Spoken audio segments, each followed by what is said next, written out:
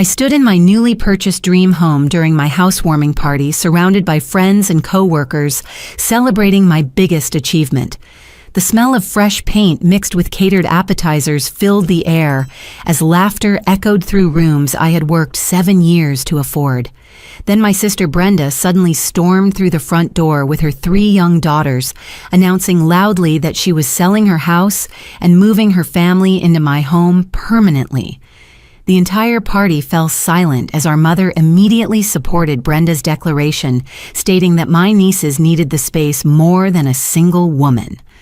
As guests began awkwardly clapping and Brenda started rearranging my furniture, I quietly retrieved a mysterious document from my purse. The champagne glass slipped from my hand as I watched Brenda march through my living room like she owned the place.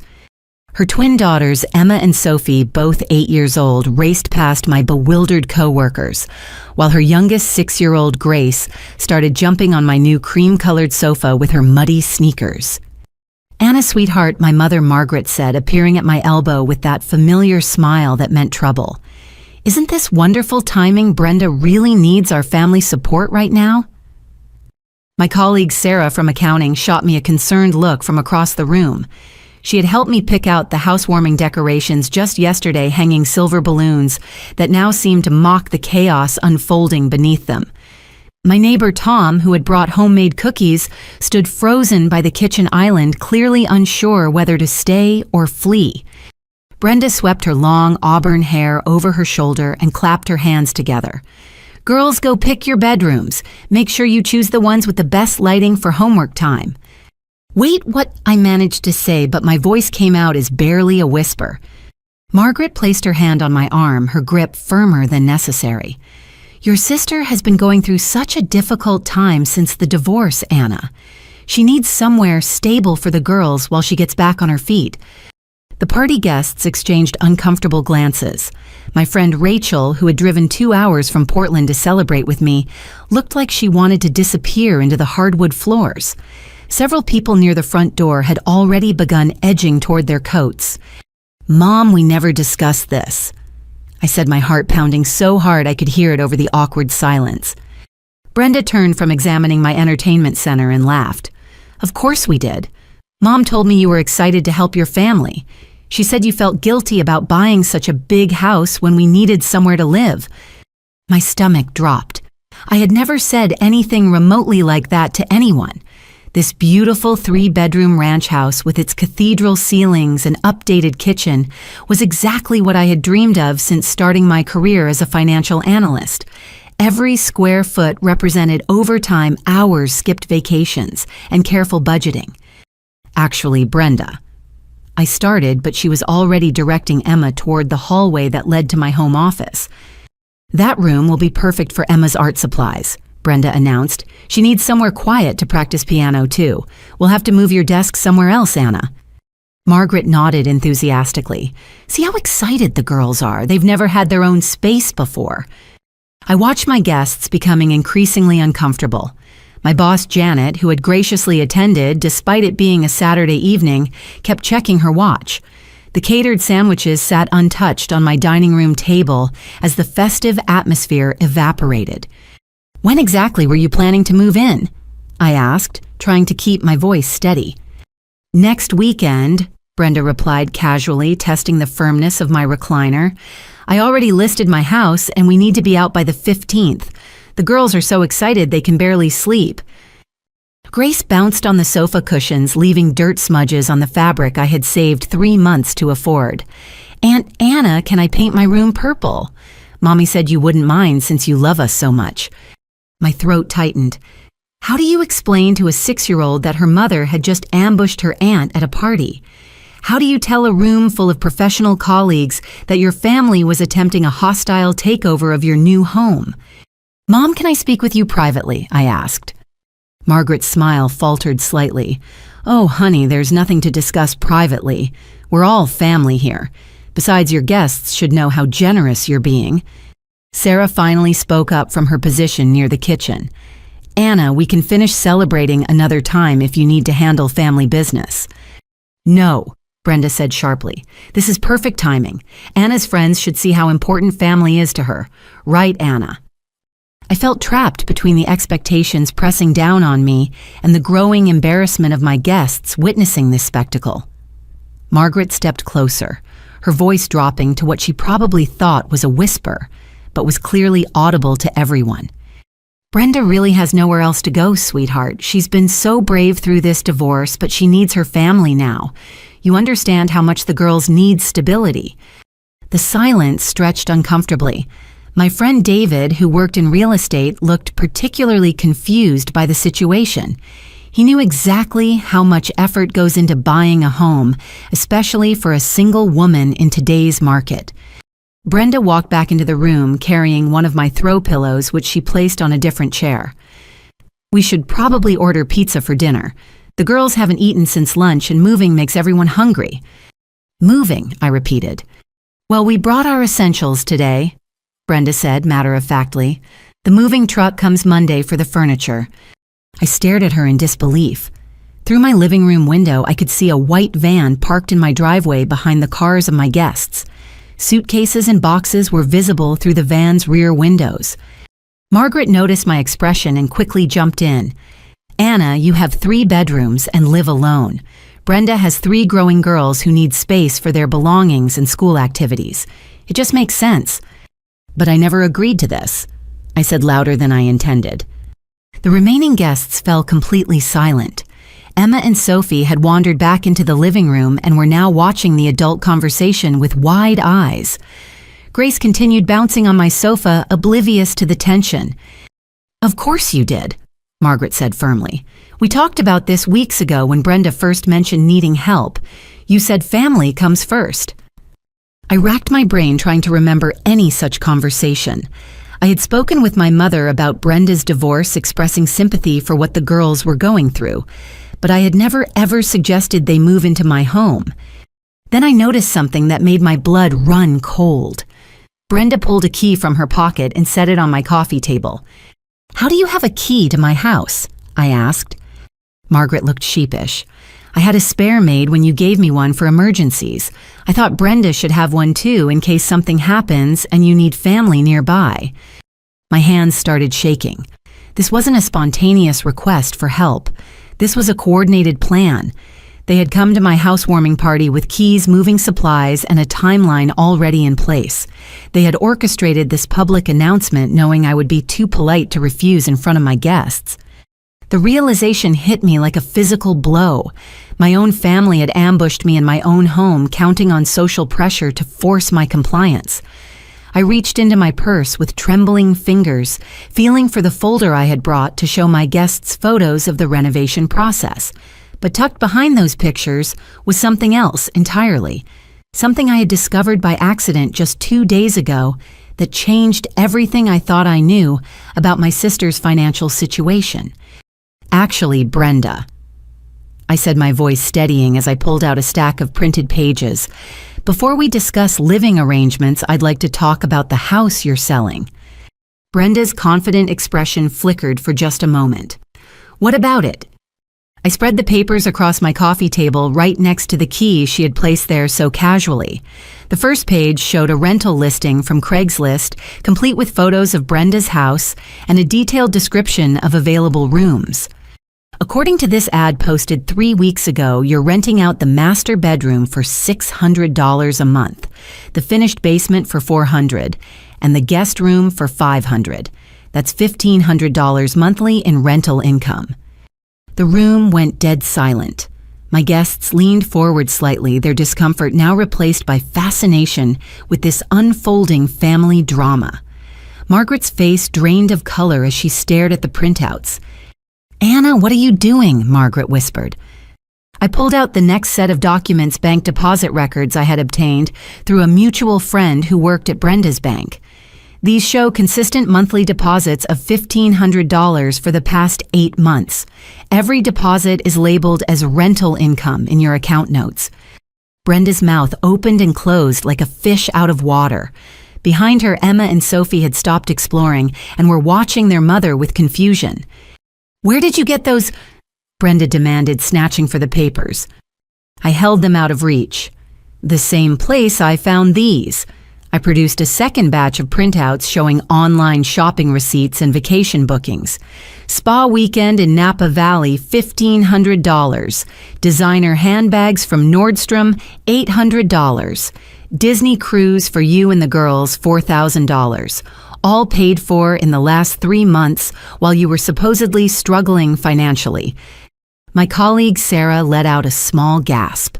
My neighbor Tom shook his head in amazement. Even Grace had stopped bouncing and was staring at the adults with the keen intuition children have for sensing when something important is happening. Margaret sank onto my love seat, looking genuinely shocked. "Brenda, is this true? You told me you could barely afford groceries." "Those deposits don't mean anything," Brenda said desperately. "The money goes straight to expenses for the girls. You know how expensive it is to raise children." I wasn't finished. The third stack of papers contained screenshots from Facebook and Instagram showing Brenda's recent posts. "Here you are at the Hilton Resort in San Diego 3 weeks ago. Designer cocktails by the pool professional manicure shopping at Beverly Hills boutiques. You posted about how you deserved this splurge after working so hard." The evidence was overwhelming. My guests sat in stunned silence as the truth unfolded. Brenda had been playing the struggling single mother card while living a lifestyle that many of my dual income friends couldn't afford. "Why would you lie to Mom about needing money?"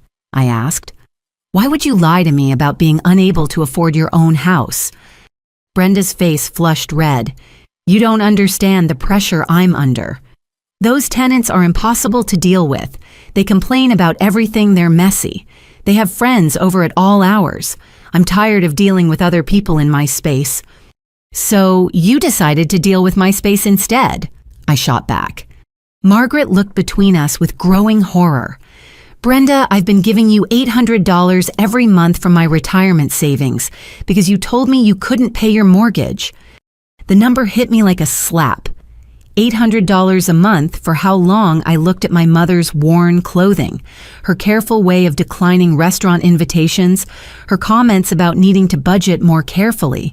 She had been sacrificing her own financial security to help a daughter who was secretly earning more than many full-time workers. "Mom, how long have you been giving her money?" I asked gently. Margaret's voice was barely a whisper. 2 years. 2 years. That was nearly $20,000 from my mother's fixed retirement income money she couldn't afford to lose and would never be able to replace. David, my real estate friend, couldn't contain himself anymore. "You've been running an illegal boarding house while collecting money from your mother under false pretenses. Do you realize the tax implications alone could land you in serious trouble? Dimitz B." Brenda's defiance crumbled into panic. "It's not illegal. People rent out rooms all the time."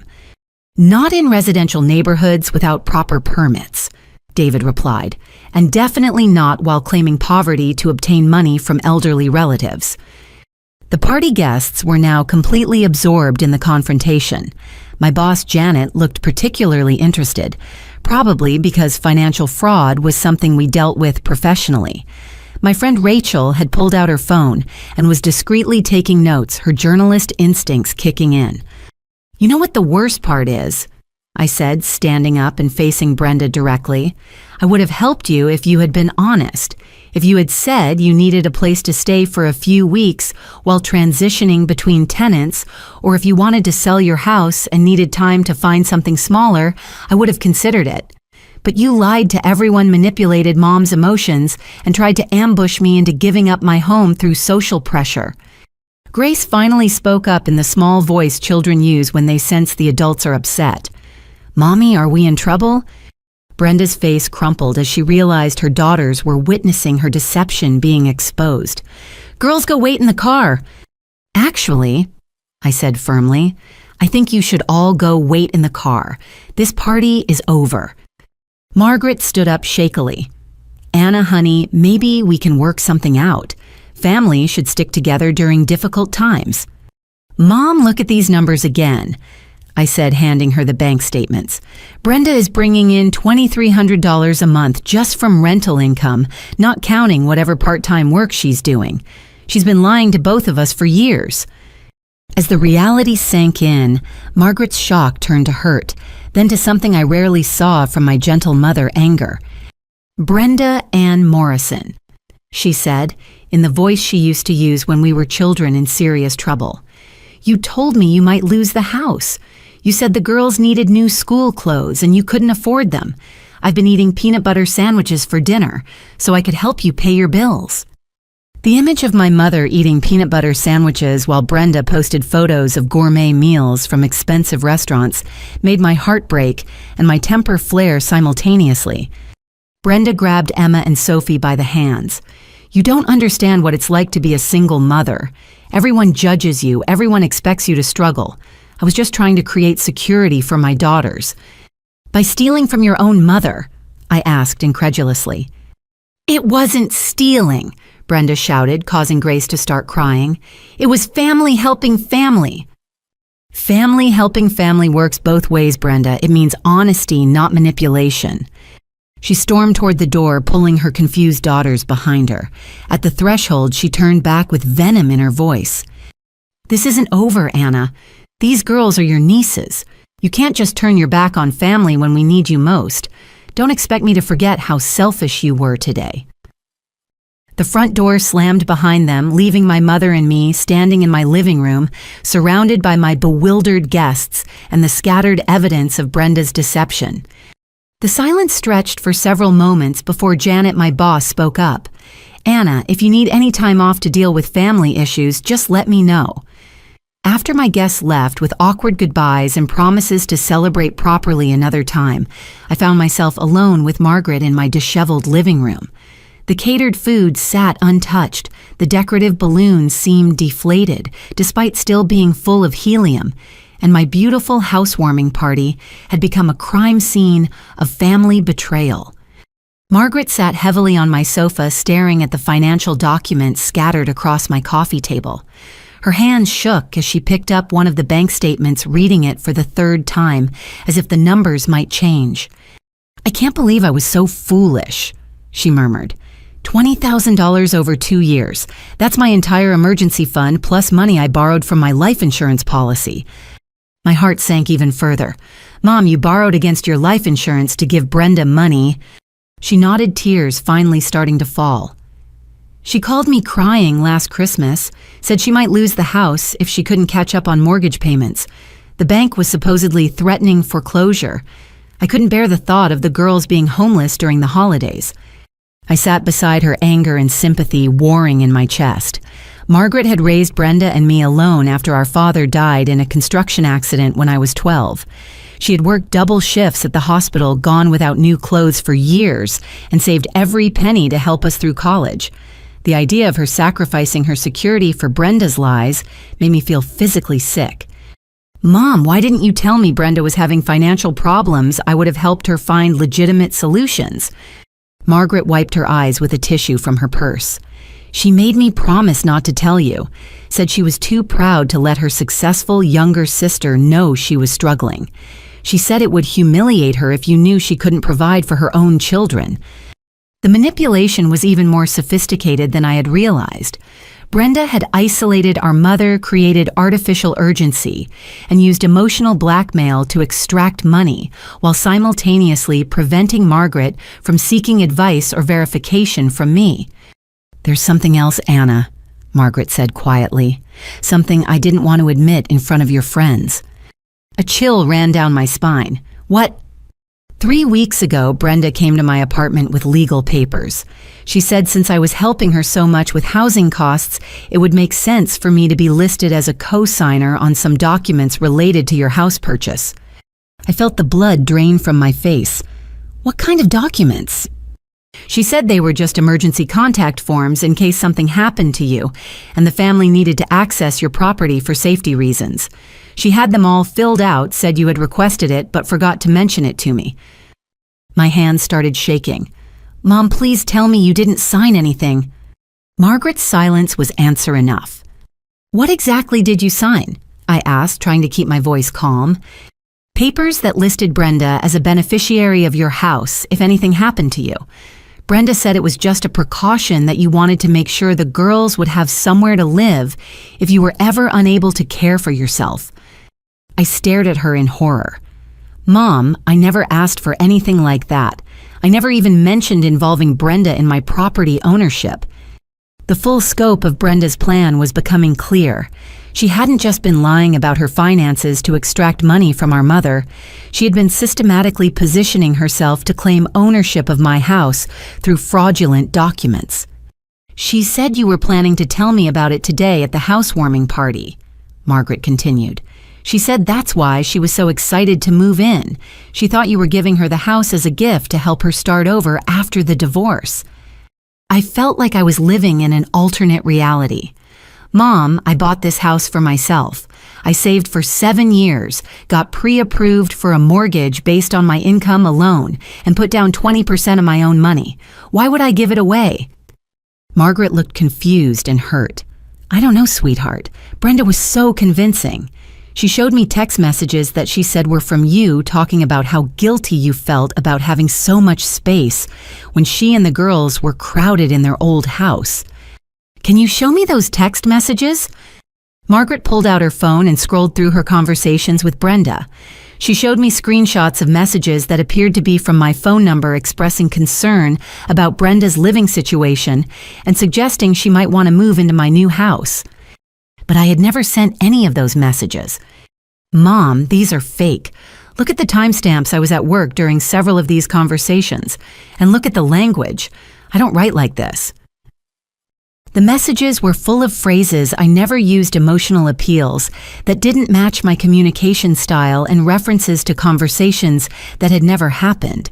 Someone had either spoofed my phone number or created fake screenshots designed to convince Margaret that I was orchestrating this entire plan. I've been so stupid, Margaret whispered. She played on my love for both of you girls and my fear of the family falling apart. After your father died, keeping our family together became the most important thing in my life. I couldn't bear the thought of Brenda and the girls suffering when I had the power to help. I put my arm around my mother's shoulders. You weren't stupid, Mom. You were loving. Brenda knew exactly which emotions to target because she knows how much you care about family. But now what do we do? Margaret asked. If she has legal documents that make her a beneficiary of your house, what does that mean? I honestly didn't know. Real estate law wasn't my area of expertise, and the implications of having documents filed without my knowledge or consent were terrifying. Could Brenda actually claim ownership of my house? Could she force me to sell it? Could she move in regardless of my objections? Mom, I need to see exactly what you signed. Do you have copies? Brenda said she would handle filing everything and would give me copies later. She said it was just a formality anyway, since you had already approved everything. Of course she did. Brenda had made sure Margaret had no documentation of what she had signed, preventing her from seeking independent advice or verification. We need to contact a lawyer immediately, I said, and we need to figure out how to prove those text messages are fake. Margaret nodded, but I could see the guilt and embarrassment weighing on her. She had been trying to help her family and instead had potentially enabled a sophisticated fraud against her other daughter. Anna, I'm so sorry. I thought I was doing the right thing. Brenda seems so desperate and you're always so strong and capable. I thought you could handle anything while she needed protection. The irony was devastating. Margaret had been so focused on protecting Brenda that she had failed to protect me from Brenda's manipulation. But I couldn't be angry at my mother for loving her children, even when that love was exploited against her. Mom, we're going to figure this out together, but first I need you to promise me you won't give Brenda any more money no matter what story she tells you. I don't have any more money to give, Margaret admitted quietly. My savings account is empty and I've reached the limit on borrowing against my life insurance policy. If she asks for more help, I'll have to tell her I can't afford it. The situation was even worse than I had thought. Brenda hadn't just stolen $20,000 from our mother, she'd left Margaret financially vulnerable with no emergency fund and reduced life insurance coverage. At 72 years old, Margaret was now in a precarious position that could take years to recover from, if recovery was even possible, on her fixed income. I made a mental note to review my mother's entire financial situation and see what could be done to restore her security. But first I had to deal with whatever legal trap Brenda had set for me through those fraudulent documents. Looking at the evidence spread across my coffee table, I realized that Brenda's plan had been far more sophisticated than a simple request for temporary housing. She had been working for months to create a legal pathway to my property, while simultaneously draining our mother's resources to fund her own lifestyle. The question now was whether I could prove the fraud before she found a way to make her false claims stick. The next morning, I woke up in my own bed in my own house, but nothing felt secure anymore. The knowledge that Brenda had keys and potentially legal documents related to my property made every creak of the settling house sound ominous. I had barely slept running through worst-case scenarios and trying to figure out my next steps. My first call was to Jessica Chen, a friend from college who had gone to law school and now worked in real estate law. I needed someone I could trust to explain the legal implications of whatever Margaret had signed. "Anna, slow down," Jessica said after I rapid-fired the entire story at her. "First, take a breath. Second, we need to see the actual documents before we can assess any real threat to your property ownership." But what if Brenda filed something with the county recorder's office? What if she somehow put a claim on my house? Even if she did, fraudulent documents can be challenged. The key is proving they were filed without your knowledge or consent. Do you have any evidence that you didn't authorize these papers? I thought about the fake text messages and the forged conversations. I have evidence that she's been impersonating me electronically, and my mother can testify that I never asked her to sign anything. Good. But Anna, I think you need to do some more investigation before we take legal action. If Brenda is running rental operations and possibly committing fraud in multiple areas, we want to build a comprehensive case rather than just reacting to individual incidents. Jessica was right. I needed to understand the full scope of what Brenda was doing before I could effectively fight back. And I had a terrible suspicion that the rental income and fake financial distress were just the beginning.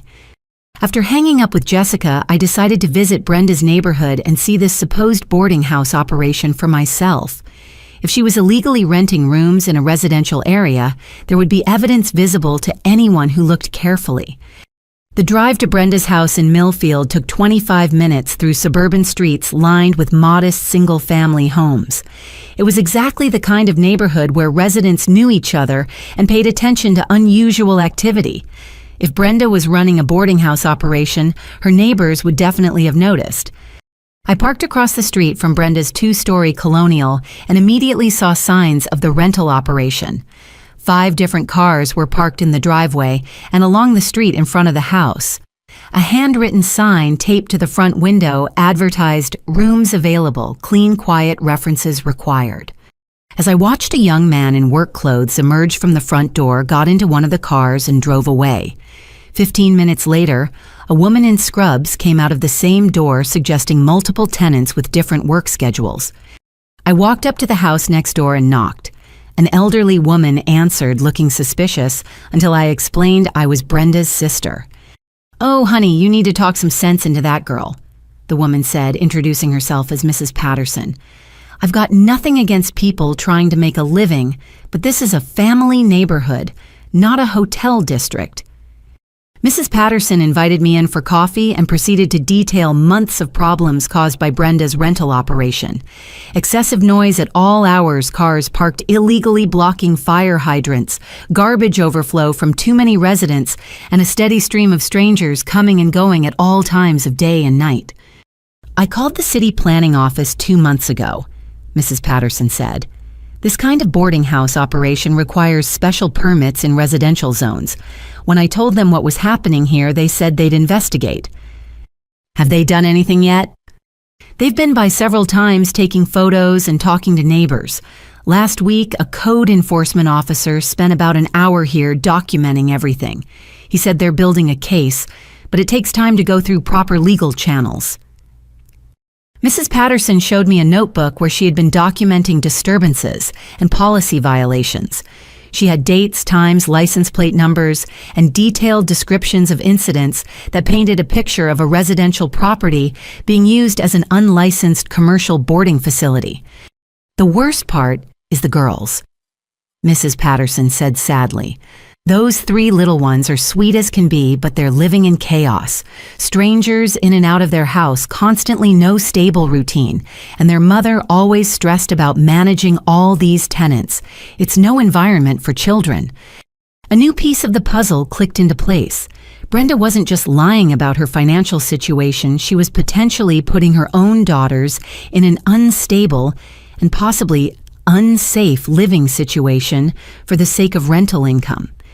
Mrs. Patterson, would you be willing to share your documentation with me? I'm trying to help my mother understand what's really going on. Of course, dear. I can make copies of everything.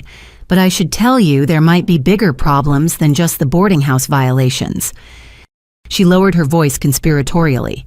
Last month, I overheard one of the tenants on his phone talking about how he was getting mail delivered here for welfare benefits, even though he was working full-time. And I've seen that same man paying your sister cash rent. If she's helping people commit benefit fraud while not reporting her rental income for taxes, that's federal crime territory. The implications hit me like a physical blow. If Brenda was helping tenants defraud government assistance programs while evading taxes on her rental income, the legal consequences could be severe. And if she was facing serious criminal charges, her desperation to move into my house made perfect sense. She needed an escape plan. I spent another hour with Mrs. Patterson gathering evidence and contact information for other neighbors who had been affected by the boarding house operation. By the time I left, I had a clear picture of why Brenda was so eager to abandon her current living situation. She wasn't just tired of dealing with difficult tenants. She was trying to stay ahead of a city investigation that could result in heavy fines and possibly criminal charges. Moving into my house wasn't just about getting more space, it was about escaping the legal consequences of her illegal rental operation. But the most disturbing realization came as I drove home. If Brenda had been planning this escape for months, creating fake documents and manipulating family relationships to secure alternative housing, what else had she been planning? What other surprises might be waiting for me as I dug deeper into her activities? I called Jessica again from my car. We need to move faster than I thought. I think Brenda is in serious legal trouble and trying to use my house as a way to escape consequences for crimes she's already committed. Anna, if that's true, then she's potentially putting you at risk too. If she moves into your house and authorities come looking for her, your property could be searched or even seized depending on what she's done. The thought of losing my dream home because of my sister's criminal activities was terrifying. But even worse was the realization that I might already be trapped in her web of lies through the documents Margaret had signed. I had to find out exactly what legal claims Brenda might have on my property, and I had to find out fast. Monday morning found me sitting in Jessica's downtown law office, clutching a manila folder containing everything I had gathered about Brenda's activities.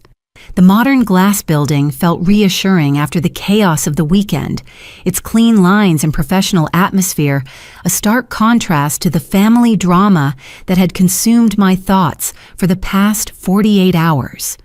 Jessica reviewed the documents I had brought while I explained Mrs. Patterson's revelations about the boarding house operation and the city investigation. Her expression grew increasingly serious as she absorbed the full scope of the situation. Anna, this is much more complex than I initially thought, she said, setting down the fake text message screenshots. If your sister has been systematically planning this for months, we need to assume she's been thorough about covering her legal bases. What do you mean? Jessica pulled out her laptop and began typing. Let me check the county recorder's office database to see if any documents have been filed against your property. The minutes ticked by as she searched through official records. I watched her face for any sign of what she was finding my stomach churning with anxiety. Oh no, she said softly. What did you find? Jessica turned her screen toward me. 3 documents were filed 2 weeks ago, all naming Brenda Morrison as a legal beneficiary with rights to your property. There's an emergency contact authorization, a family property transfer agreement, and something called a hardship housing designation. I stared at the screen in disbelief. The documents looked official, complete, with notarized signatures and proper filing numbers. According to the records, I had voluntarily signed papers giving Brenda significant legal rights to my house. But I never signed any of these. How is this possible? The signatures appear to match your name, and they're properly notarized, Jessica said grimly. Either someone forged your signature very skillfully, or these documents were created using identity theft techniques. She printed copies of each document and spread them across her desk. The paperwork was sophisticated, using proper legal language and citing legitimate housing assistance statutes. To anyone reviewing them casually, they would appear completely legitimate. Jessica, what do these documents actually give Brenda the right to do? Worst case scenario, she could potentially force you to provide housing for her and her children under family hardship provisions. She could claim legal residency at your address. And if anything happened to you, she would have documented claim to inherit the property. The room felt like it was spinning. Can she actually force me to let her live in my house? These documents could give her a legal basis to try. But Anna, there's something else you need to know. I ran a background check on the notary who supposedly witnessed your signatures. Jessica pulled up another screen showing notary commission records. The notary listed on these documents had his commission revoked 6 months ago for participating in fraudulent document schemes. He's currently under federal investigation for identity theft and document fraud. A new level of fear settled over me. This wasn't just family drama or even simple fraud. This was organized criminal activity involving multiple people and sophisticated document forgery. So what does that mean for me? It means these documents are definitely fraudulent, which is good news for challenging them. But it also means your sister has been working with people who specialize in this kind of fraud, which suggests a level of criminal planning that goes far beyond what we initially suspected. Jessica leaned back in her chair, her expression troubled. Anna, I need to ask you something, and please don't take this the wrong way. Have you been under any kind of investigation lately? Has anyone from law enforcement or government agencies contacted you about your financial activities? No, nothing like that. Why would you ask? Because people don't usually go to these lengths to establish fraudulent property claims unless they're trying to hide assets from someone who's looking for them. If Brenda is facing serious legal trouble, she might be trying to move assets into your name to protect them from seizure. The implications were staggering.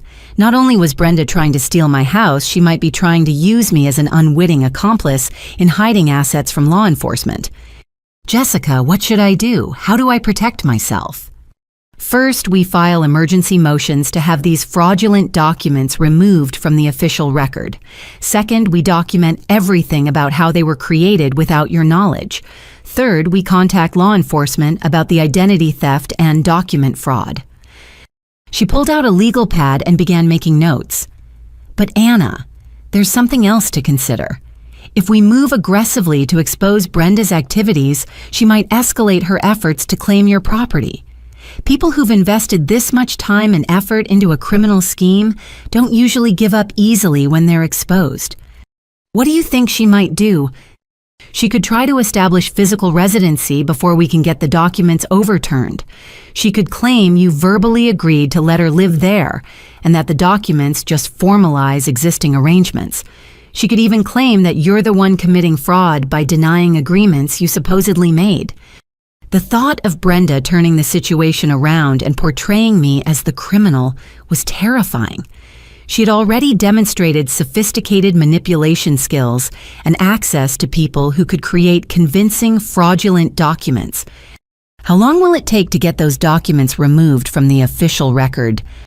If we can prove fraud convincingly, probably 2 to 3 weeks for emergency motions. But that assumes Brenda doesn't file counterclaims or try to muddy the legal waters with additional false documents. Jessica stood up and walked to her window overlooking the city. Anna, I have to tell you something as both your attorney and your friend. This situation is more dangerous than typical family disputes. Your sister appears to be involved with organized document fraud, which often connects to larger criminal enterprises. You need to be very careful about your personal safety. You think she would hurt me? I think people who are desperate enough to commit multiple felonies to steal a house might be desperate enough to do other things if they feel cornered. And if she's working with professional criminals who specialize in identity theft, you're dealing with people whose ethics and methods are completely unknown. The conversation was taking on a surreal quality. 24 hours ago, my biggest concern was whether my housewarming party had been ruined. Now I was discussing personal safety and organized crime in connection with my own sister. What's my next step? Jessica returned to her desk and began gathering the documents. We start with filing police reports for identity theft and document fraud. Then we contact the FBI's Financial Crimes Division, since this appears to involve federal document fraud and possibly interstate criminal activity, and we get restraining orders to keep Brenda away from your property while we sort out the legal mess. Will that actually stop her if she's already committed multiple felonies?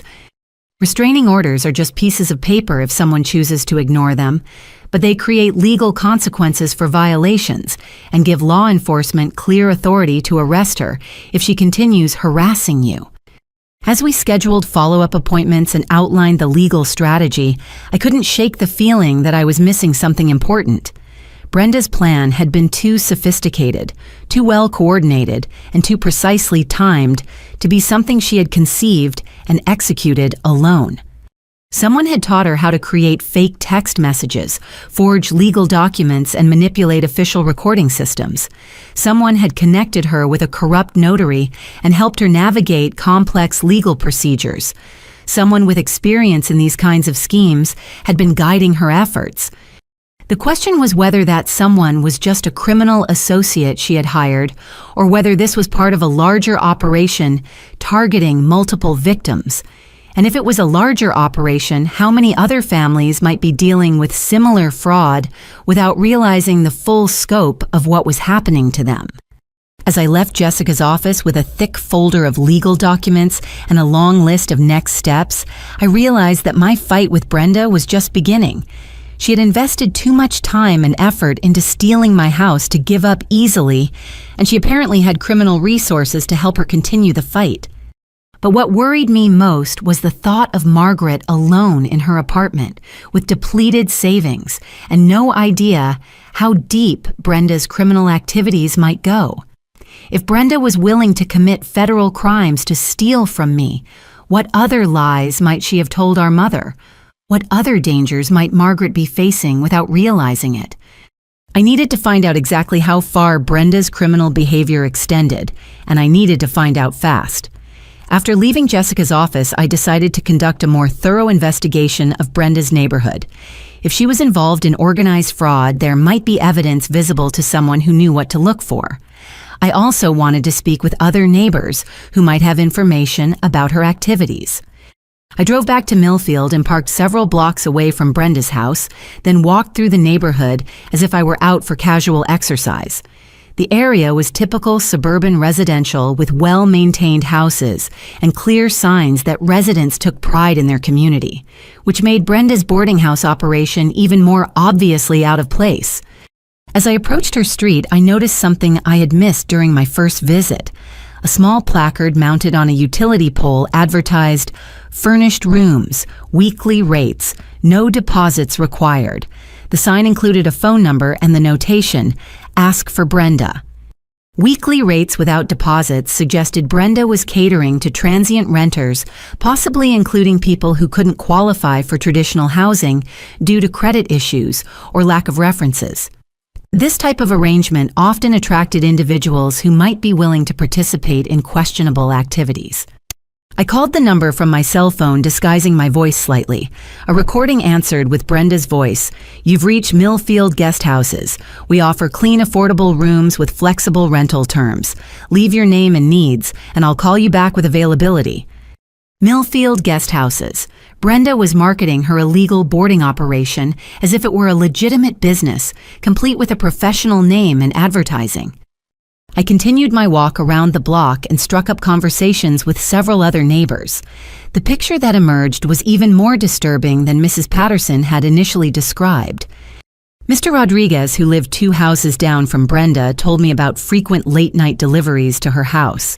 Lots of packages and envelopes delivered at odd hours, he said.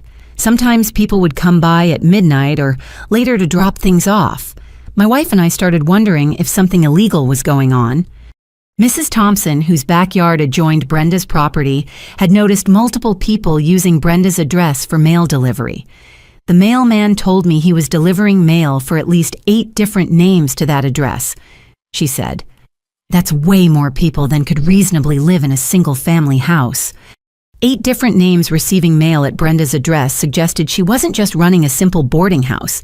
She might be facilitating mail fraud, benefit fraud, or other schemes that required people to establish false residency.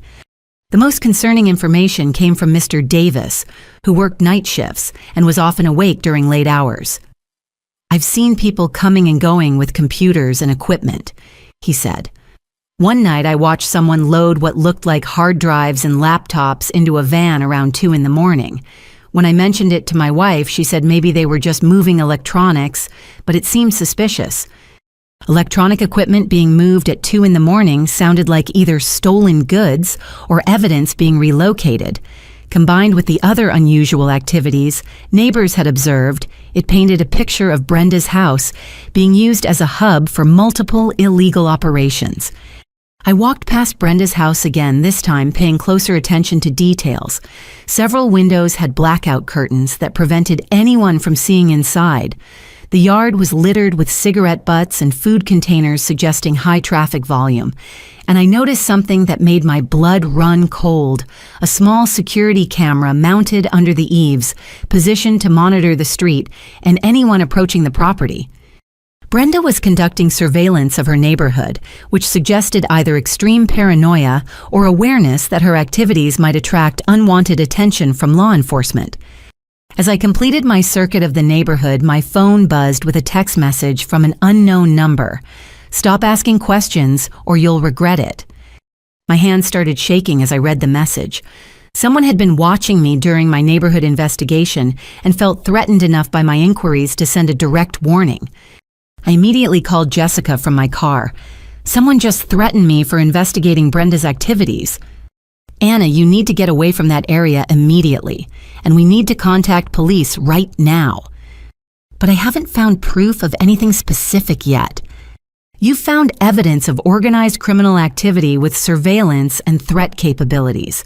That's enough to warrant immediate law enforcement involvement. Jessica was right. This had escalated beyond family disputes or even simple fraud. The threatening text message indicated I was dealing with people who were prepared to use intimidation and possibly violence to protect their operations. As I drove home, my mind raced through the implications of what I had discovered. Brenda wasn't just running an illegal boarding house. She appeared to be operating some kind of criminal hub that involved multiple illegal activities and potentially dangerous associates. The sophisticated document fraud targeting my property was probably just one component of a larger criminal enterprise. And if Brenda's associates were willing to threaten someone for asking questions in the neighborhood, they might be willing to escalate their tactics if legal pressure intensified. I called Margaret to warn her about the potential dangers, but her phone went straight to voicemail. A new wave of fear washed over me as I realized I hadn't spoken with my mother since Sunday evening. What if Brenda's associates had already approached her? What if they had identified Margaret as another potential target or threat? I changed course and drove directly to Margaret's apartment, my anxiety increasing with each mile. The threatening text message had transformed this situation from a legal problem into a potential safety crisis, and I had no idea how far Brenda's criminal associates might be willing to go to protect their operations. When I arrived at Margaret's building, I found her car parked in its usual spot, which provided some relief.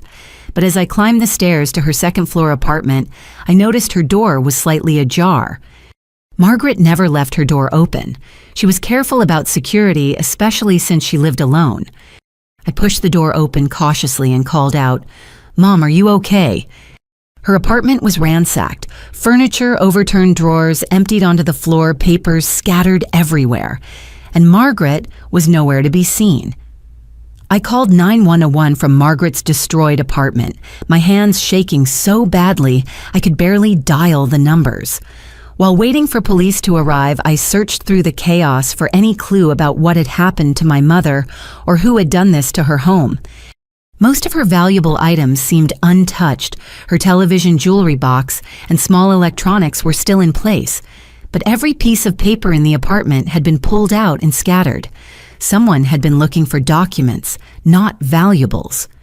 Officer Martinez arrived within 10 minutes along with a detective named Rodriguez. As I explained the situation, I realized how unbelievable the story sounded. Family drama involving property fraud had escalated to threats and now a possible kidnapping. "Ma'am, when did you last speak with your mother?" Detective Rodriguez asked. "Sunday evening after my sister left my house. We were supposed to meet for lunch today to discuss the legal situation, but she hasn't answered her phone." Officer Martinez was examining the apartment methodically. "It looks like someone was searching for specific documents. Did your mother keep important papers here?" "Yes, she had financial records, insurance policies, legal documents in a file cabinet in her bedroom, but I can't tell if anything specific is missing from all this mess." My phone rang Margaret's number. I answered immediately. "Anna." My mother's voice was shaky but alert. "Mom, where are you? Are you hurt?" "I'm at Brenda's house. She came to my apartment this morning and said she needed to show me something important about the legal papers I signed. But Anna, something's very wrong here." Detective Rodriguez gestured for me to put the call on speaker. "Mom, your apartment has been ransacked. Did Brenda take you away before or after someone searched your place?" "After. She said she needed me to come with her to get the original documents I signed so we could clear up any confusion. But when we got here, there were strangers in her house, and they've been asking me questions about you and your property." My blood ran cold. "What kind of questions?" "They want to know about your bank accounts, your mortgage company, whether you have any other properties or investments. Anna, I think Brenda is in much more serious trouble than we realized." Detective Rodriguez took the phone. "Ma'am, this is Detective Rodriguez with the city police. Are you being held against your will?" There was a pause. Then Margaret's voice returned, more whispered now. "I don't know. Brenda says I'm here voluntarily, but every time I try to leave someone, tells me we need to finish our conversation first. Can you describe your location? Are you safe?" "I'm in Brenda's living room. There are 3 men here I don't recognize, and they seem very interested in documents related to Anna's house. They keep asking if Anna has told me about any other properties or bank accounts." Detective Rodriguez exchanged looks with Officer Martinez. "Ma'am, we're going to come get you right now. Can you stay on the line?" "I don't think so. Brenda is coming back into the room." The line went dead. Detective Rodriguez immediately called for backup and began coordinating a response to Brenda's address. I provided all the information I had gathered about the illegal boarding house operation and the criminal associates who might be present. "Miss Morrison, based on what you've told us and what we just heard on that phone call, this appears to be an organized criminal operation that's escalated to kidnapping and possibly extortion. We need to treat this as a high-priority situation." The next hour felt like the longest of my life. I sat in a police car outside Margaret's apartment building while officers coordinated with federal agents who had apparently been building their own case against Brenda's operations. Agent Williams from the FBI Financial Crimes Division explained that they had been investigating a document fraud ring that operated across multiple states. Brenda's name had appeared on their radar several months ago as part of a larger network that specialized in property fraud and identity theft. "We've been watching her activities, but we needed more evidence before making arrests," Agent Williams said. "The information you've provided fills in crucial gaps in our investigation." "What about my mother? Is she safe?" We have surveillance teams positioned around the property. Your mother appears to be unharmed, but she's definitely being held by individuals we've been tracking for other federal crimes." The radio crackled with updates from teams at Brenda's house. Apparently, the situation was more complex than a simple boarding house operation. The property was being used as a headquarters for what law enforcement called a property theft ring that targeted families through document fraud and emotional manipulation. Your sister appears to have been recruited by this organization specifically because she had access to family members with valuable property, Agent Williams explained. They've been using her to gather information about your finances and property ownership as part of a larger scheme. The betrayal cut even deeper than I had imagined. Brenda hadn't just been lying about her financial situation, she'd been working with criminals to target our entire family for systematic theft. How long has this been going on? Based on our investigation, probably since her divorce began 18 months ago. Someone approached her when she was vulnerable and recruited her to participate in these schemes in exchange for money and protection. My phone buzzed with another text message, this time from Brenda's number. "Bring the property deed to my house alone or Mom gets hurt. You have 1 hour." Agent Williams read the message and immediately got on his radio. "All units, we have an active extortion threat. Prepare to move in immediately." What about the deadline they gave me? What if they hurt my mother? Miss Morrison, people who commit federal crimes don't usually hurt hostages when they know law enforcement is involved. It only increases their legal penalties. But people who are desperate enough to threaten elderly victims might make poor decisions. The radio chatter intensified as teams prepared to raid Brenda's property. I listened to law enforcement professionals discussing entry strategies, evidence preservation, and arrest procedures, while trying to process that my own sister was at the center of a federal criminal investigation. Agent Williams, what's going to happen to Brenda? If she cooperates fully and provides information about the larger organization, she might be able to negotiate reduced charges. But she's looking at serious federal time for kidnapping, extortion, document fraud, and conspiracy charges. The reality of the situation settled over me like a weight. Even if Margaret and I emerged from this safely, our family would never be the same. Brenda had chosen criminal associates over family loyalty, and the consequences would reverberate through our lives for years to come. But first, we had to get Margaret home safely and see how much damage Brenda's criminal activities had caused to all of our lives. Agent Williams received word that surveillance teams had eyes on Margaret through the windows of Brenda's house. She appeared unharmed but was clearly being watched by at least 3 unknown men. The FBI had identified 2 of them as known associates of a document fraud ring that operated across 5 states. "Miss Morrison, we need you to follow our script exactly if they call again," Agent Williams said, handing me a prepared statement. "We want to draw out as much information as possible about their organization while keeping your mother safe." Before I could review the script thoroughly, my phone rang again. Brenda's voice was strained and desperate when I answered. "Anna, you need to listen carefully. This situation is bigger than I thought it would be. These people don't just want your house, they want access to your bank accounts, your credit, everything." "Brenda, let me talk to Mom. She's fine, but that might change if you don't cooperate. They know about your savings account, your retirement fund, even your work computer access. They've been planning this for months." A chill ran down my spine. How could strangers know details about my financial accounts and work access, unless someone with intimate knowledge of my life had been feeding them information for months? How do they know about my personal finances, Brenda? There was a long pause.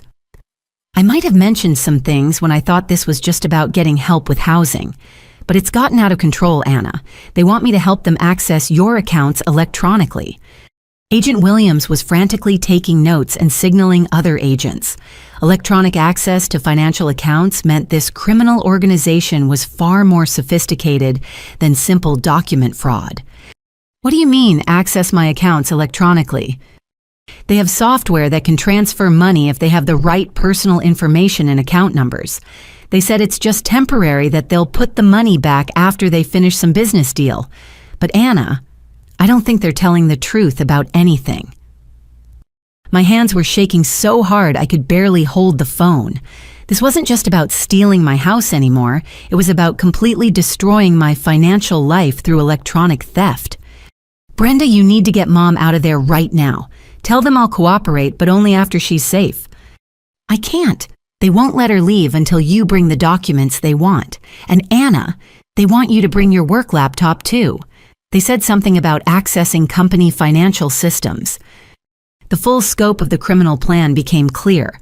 They weren't just targeting me personally, they were trying to use my access to commit fraud against my employer.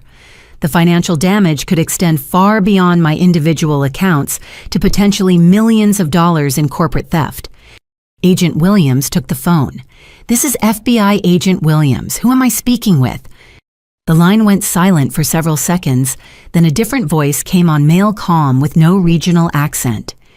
Agent Williams, you're interfering with a family discussion about property arrangements. I suggest you back away before this becomes more complicated. Sir, you're currently committing federal felonies, including kidnapping, extortion, and conspiracy to commit financial fraud. Release Mrs. Margaret Morrison immediately and surrender to federal agents. The man laughed. Agent Williams, Mrs. Morrison is here voluntarily helping her daughter resolve legal issues. No one is being held against their will. Then let me speak with Mrs. Morrison directly. She's resting right now, but I'm sure she'd want her other daughter to resolve these property questions as quickly as possible. It would be unfortunate if family stress caused health problems for an elderly woman. The subtle threat was clear. Agent Williams signaled to his team, and I could hear increased radio chatter as law enforcement prepared to move. Sir, what exactly do you want? We want Anna Morrison to bring the original property deed, all financial account information, and her work computer to this address within 45 minutes. Once we verify that the legal documents are properly executed, Mrs. Morrison will be free to go home. And if Miss Morrison doesn't comply, then Mrs. Morrison might need to stay here longer while we sort through these complicated family legal issues. Sometimes elderly people become confused and need extended assistance understanding important documents. Agent Williams ended the call and immediately began coordinating with tactical teams. They're using your mother as leverage to commit large-scale financial fraud. This is much bigger than property theft. What are they planning to do with my work computer? Based on the pattern we've seen with this organization, they probably want to access your company's financial systems to steal money or customer data. Your sister has been providing them with inside information about your job and computer access. The betrayal was complete. Brenda hadn't just targeted my personal assets, she had compromised my professional life and potentially put my employer and co-workers at risk. Agent Williams, I'll give them whatever they want if it gets my mother home safely. Miss Morrison, if we let them access your work computer, they could steal millions of dollars and destroy dozens of innocent people's financial lives. We can't allow that to happen. So what's our alternative? Agent Williams consulted with tactical team leaders via radio. We go in fast and hard. Surveillance shows 3 suspects plus your sister and mother in the main living area. We have floor plans of the house from city records, and we know where everyone is positioned. What if they hurt my mother during the raid? Our hostage rescue teams are trained for exactly these situations. The risk to your mother is actually higher if we delay and let these criminals become more desperate. As law enforcement teams moved into position around Brenda's house, I realized this nightmare was about to reach its climax. Everything I had worked for my house, my career, my family relationships had been targeted for destruction by people who saw my life as nothing more than a source of money to steal. But the most devastating realization was that my own sister had been the insider who made it all possible. Brenda had traded away every bond of family loyalty for whatever promises these criminals had made to her. In 30 minutes, I would know whether Margaret and I would emerge from this with our lives and finances intact, or whether Brenda's criminal associates would succeed in destroying everything I had built. While FBI teams prepared for the raid on Brenda's house, Agent Williams asked me to help compile evidence that would be needed for prosecution. He explained that financial crimes cases require detailed documentation to prove intent and scope of criminal activities. Miss Morrison, we need you to walk us through every piece of evidence you've gathered. The timeline of events, the fraudulent documents, the fake communications, everything will be crucial for building charges against the entire organization. We spread my evidence across a table in the FBI Mobile Command Unit. The fake text messages, the fraudulent property, documents, the rental income records, and Mrs. Patterson's documentation of the boarding house operation created a comprehensive picture of systematic criminal activity. But as Agent Williams reviewed the materials, he made discoveries that shocked even me.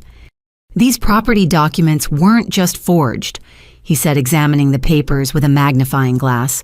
They were created using stolen federal document templates. Look at these formatting codes in the margins. He pointed to tiny numbers and letters that I had never noticed.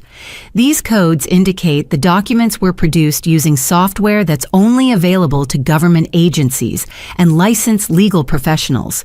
Someone with access to federal document creation systems helped produce these forgeries. The implications were staggering.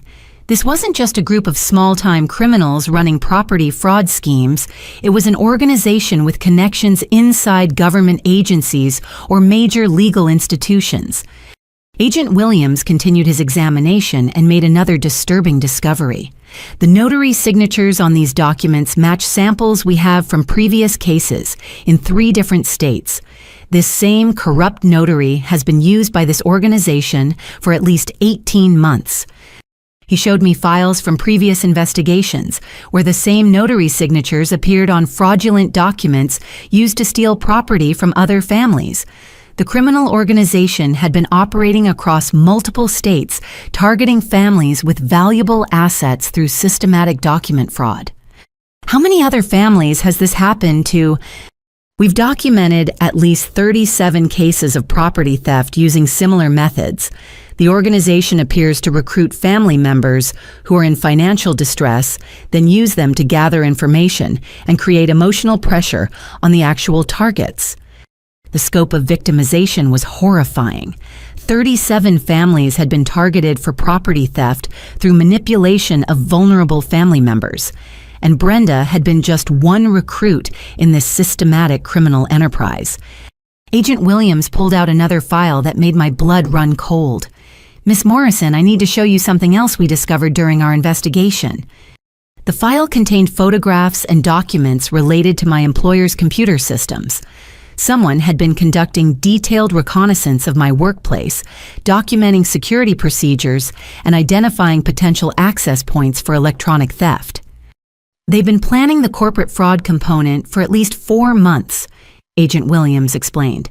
Your sister provided them with your work schedule, security procedures, and details about your computer access. They knew exactly which systems they wanted to target. I stared at photographs of my office building, my desk, even my computer screen taken with a telephoto lens from a distance. Brenda had either provided these photos or helped someone else take them by giving detailed information about my workplace layout. Agent Williams, could they have already accessed my company's systems remotely? That's what we're trying to determine. We have cybersecurity experts analyzing your work computer and your company's network for signs of intrusion. If they gained access, the financial damage could be enormous. The radio crackled with updates from the tactical teams. They were in position and ready to execute the raid, but they wanted to wait for one more piece of information. Agent Williams, this is Team Leader Rodriguez. We need to know if the suspects have computer equipment in the house that they might try to destroy during the raid. Financial evidence could be lost if they have time to wipe hard drives. Agent Williams turned to me. Based on what neighbors told you about electronic equipment being moved in and out of the house, do you think they have significant computer operations inside? I thought about Mr. Davis's observations of people loading computers and hard drives into vans at night. Yes, I think they're running some kind of electronic operation from inside the house. Team leader Rodriguez treat this as a cyber crime scene. Prevent destruction of electronic evidence at all costs. As final preparations for the raid continued, Agent Williams explained what would happen next. Once we arrest the suspects, we'll need you to review evidence and identify anything related to your personal information or property. We'll also need detailed statements about how your sister recruited you and gathered information about your finances. What's going to happen to Brenda? If she cooperates fully and provides information about the organization's other operations, she might be able to negotiate reduced charges. But she's facing serious federal time for her role in kidnapping, extortion, document fraud, and conspiracy to commit electronic theft. The radio erupted with activity as teams reported they were beginning their approach to the house. I listened to professional law enforcement officers coordinating a complex operation to rescue my mother and arrest criminals who had been systematically stealing from families across multiple states. All teams prepare to execute in 30 seconds. Priority is hostage safety. Secondary is evidence preservation. In less than a minute, I would know whether Margaret was safe and whether the criminal organization that had targeted our family would finally face justice. But I also knew that regardless of how successful the raid was, the emotional damage to our family would take years to heal. Brenda had chosen criminal associates over family loyalty, and that betrayal would haunt our relationships forever. Even if she cooperated with law enforcement and received reduced charges, the trust that held our family together had been shattered beyond repair. The countdown to the raid continued, and I held my breath, waiting to learn whether this nightmare would finally end with justice or escalate into even worse tragedy. Go, go, go! Agent Williams spoke into his radio as FBI tactical teams moved in on Brenda's house. Through the surveillance monitors in the command unit, I watched black-clad figures approach the building from multiple angles, while helicopters circled overhead. The raid lasted less than 4 minutes. Within moments of the teams entering the house, radio reports confirmed that Margaret was safe and 5 suspects were in custody without incident. The relief that washed over me was so intense, I nearly collapsed. "Hostage is secure and unharmed," came the report through the radio. "We've got 3 primary suspects plus the sister. Also recovered significant electronic evidence, including multiple computers and document production equipment." Agent Williams turned to me with the first smile I had seen from him all day. "Miss Morrison, your mother is safe. We'll have her brought here to the command unit, and then we'll need to process her statement about what happened." 20 minutes later, Margaret was sitting beside me in the FBI mobile command unit, shaken but physically unharmed. She held my hand tightly while describing her ordeal to Agent Williams and Detective Rodriguez. "They weren't violent, but they made it clear I couldn't leave," she said. "They kept asking about Anna's bank accounts, her work computer, even whether she had any safety deposit boxes or hidden assets. It was like they had studied our entire family's finances." "Mrs. Morrison, did your daughter Brenda participate in questioning you?" Agent Williams asked. Margaret's voice became sad and confused. "Brenda seemed scared of them too. She kept apologizing and saying this wasn't what she had planned, but she also kept urging me to call Anna and convince her to bring them what they wanted." "Did Brenda tell you how long she had been working with these people?" "She said it started about a year ago when someone approached her online after her divorce was finalized. They offered to help her make money through real estate investments, but it gradually became more complicated and demanding." Agent Williams showed Margaret photographs of the 3 men who had been arrested. She identified them as the people who had been questioning her, but she also revealed something that added another layer to the criminal conspiracy. The older man, the one who seemed to be in charge, kept talking on the phone about other families they were working with. He mentioned names and addresses in different cities. This wasn't just about our family. The scope of the criminal organization was becoming clearer. The FBI had broken up a multi-state operation that targeted dozens of families through recruitment of vulnerable relatives and systematic document fraud. Agent Williams received an update from the cyber crimes team that had examined the electronic equipment seized during the raid. The news was both relieving and terrifying. Miss Morrison, the good news is that they hadn't successfully accessed your work computer or your company's systems yet. The bad news is that they had detailed plans to do so, along with target lists for other employees at your company and similar businesses.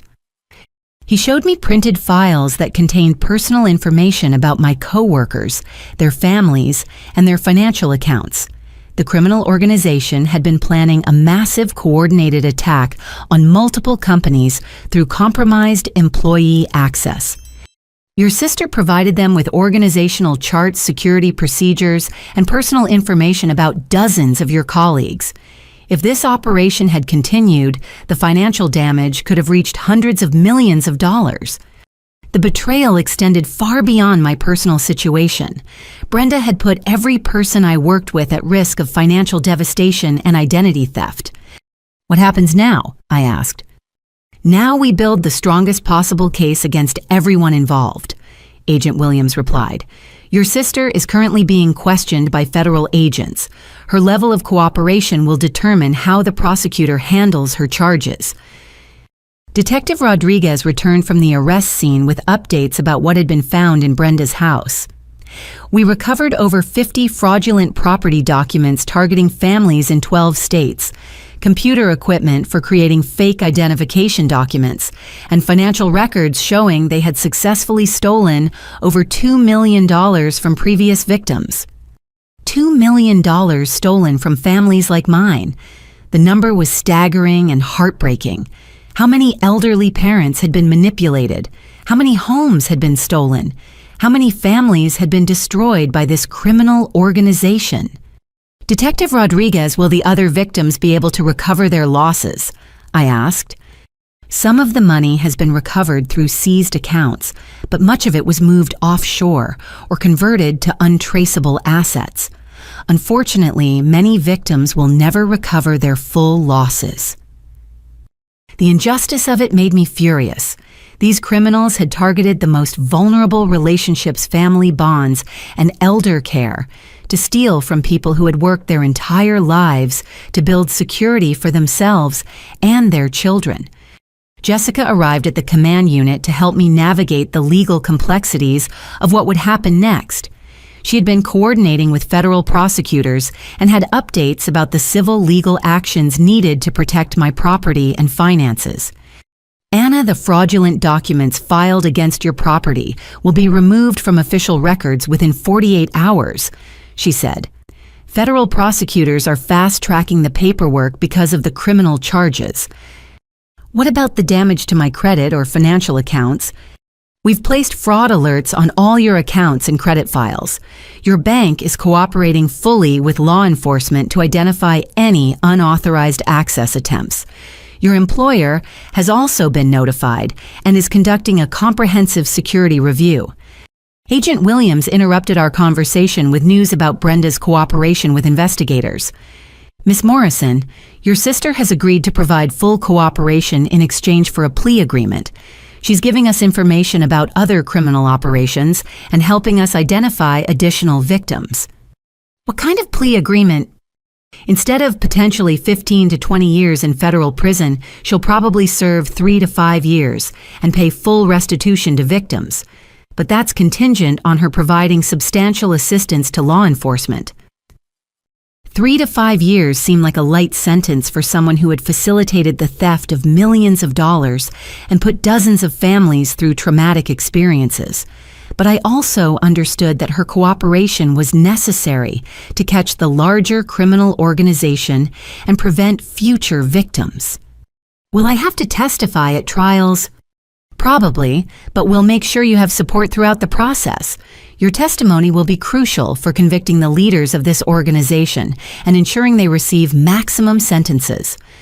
As the immediate crisis wound down, I began processing the full impact of what had happened. My sister had spent over a year working with criminals to systematically gather information for stealing my property and destroying my financial life. She had compromised my workplace, endangered my coworkers, and traumatized our elderly mother. The legal consequences would continue for months or years as trials proceeded and civil lawsuits were resolved, but the emotional consequences would last much longer. Margaret and I would need to rebuild our relationship and restore her financial security. I would need to repair my sense of safety and trust. And our family would need to figure out how to move forward knowing that one of our own had chosen criminal gain over family loyalty. But tonight Margaret was safe. The criminals were in custody, and the immediate threats had been neutralized. Tomorrow we could begin the long process of healing and rebuilding our lives. The next morning found Margaret and me sitting in my kitchen sharing coffee and trying to process the events of the previous day.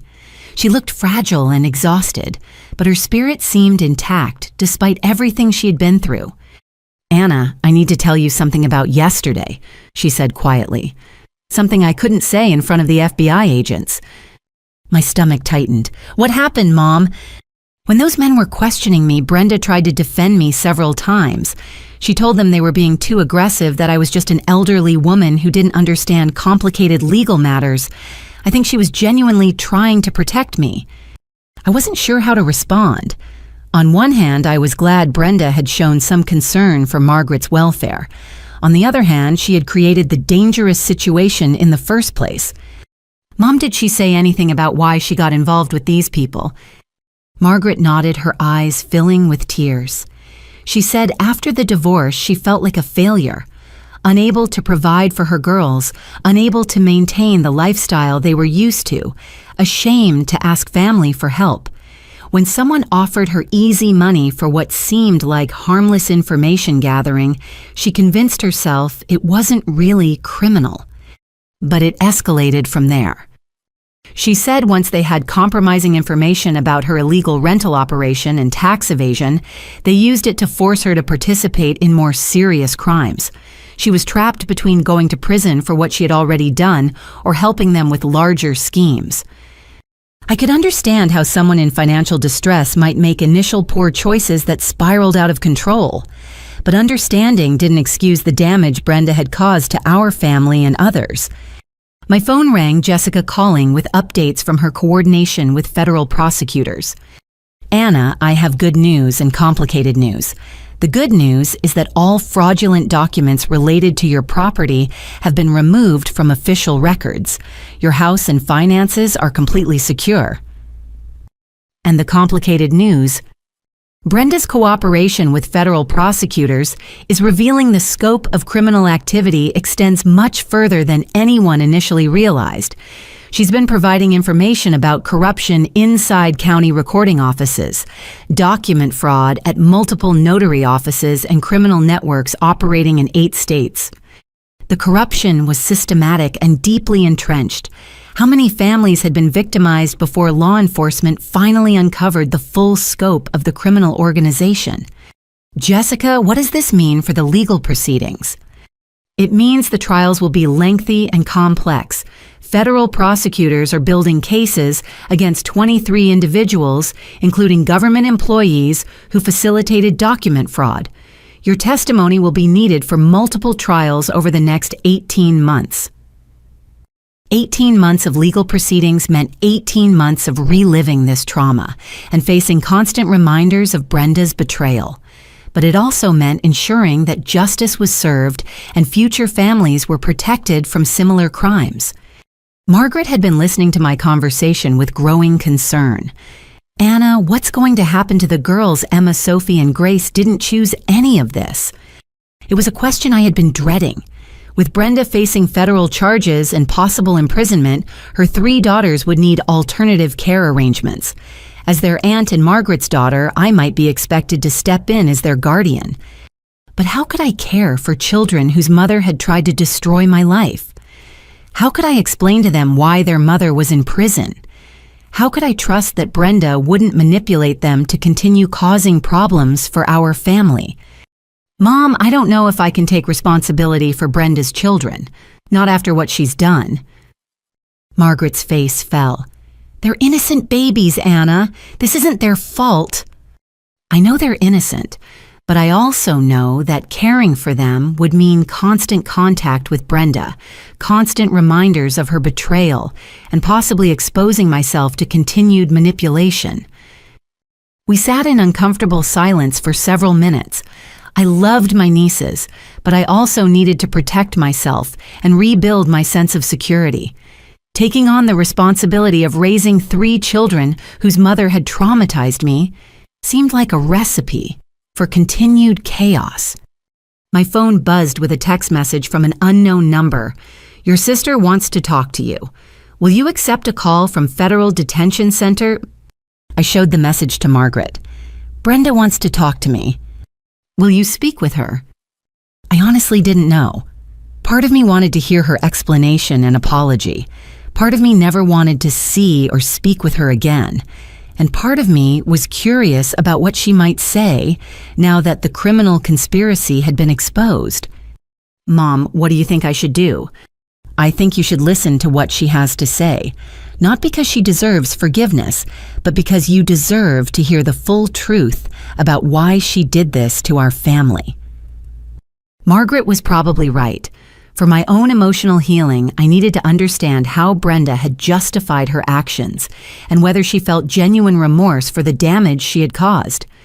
I texted back, "I'll accept one phone call." Within minutes, my phone rang with a call from the Federal Detention Center. Brenda's voice sounded small and defeated when I answered. "Anna, thank you for taking my call. I know you have every right to hang up on me." "What do you want, Brenda?" "I want to apologize for everything I put you and Mom through. I want to explain what happened, even though I know explanations don't excuse what I did." "I'm listening." After the divorce, I was drowning financially and emotionally. The girls were acting out I was behind on bills, and I felt like I was failing at everything. When someone contacted me online offering easy money for gathering information about successful family members, it seemed harmless. "When did you realize it wasn't harmless?" "Gradually. First they wanted basic information about your job and income. Then they wanted details about your property and bank accounts. By the time they were asking for copies of personal documents and asking me to manipulate Mom, I was too deep in to back out." "You could have told me what was happening. You could have asked for help." "I was ashamed, Anna. You had your life together while mine was falling apart. I was supposed to be the older sister protecting you, not the one creating problems. And by the time I realized how serious this was, they had evidence of my tax evasion and illegal rental operations. They threatened to turn me in if I didn't cooperate." The explanation made sense psychologically, but it didn't excuse the months of systematic lying and manipulation that had followed. "Brenda, what about Mom's money?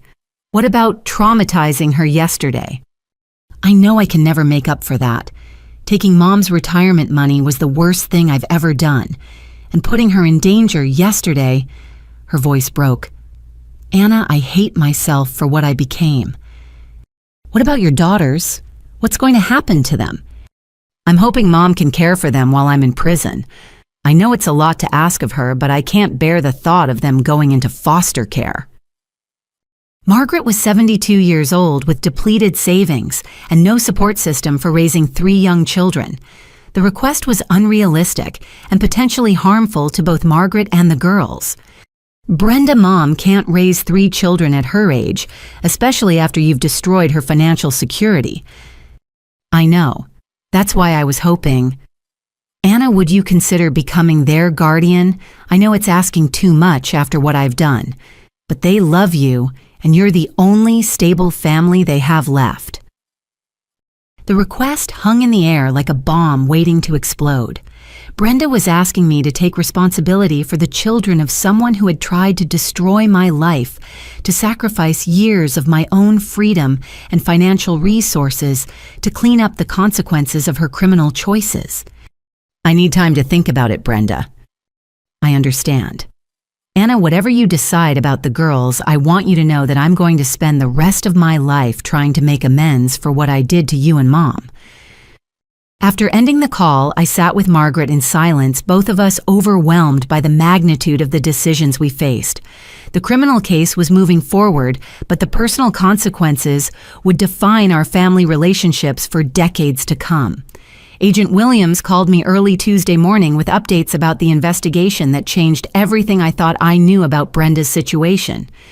Miss Morrison, overnight questioning of the suspects has revealed that your sister was actually trying to extract herself from this criminal organization when the situation escalated yesterday.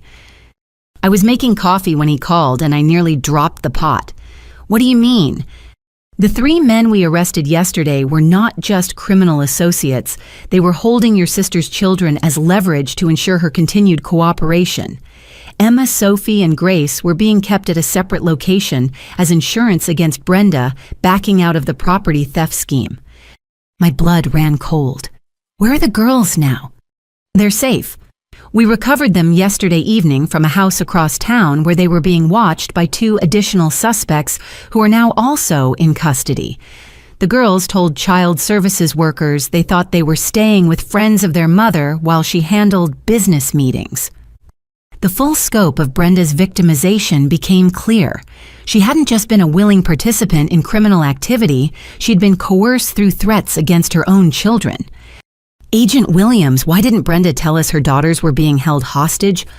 The suspects threatened to harm the children if she revealed their involvement to anyone, including law enforcement.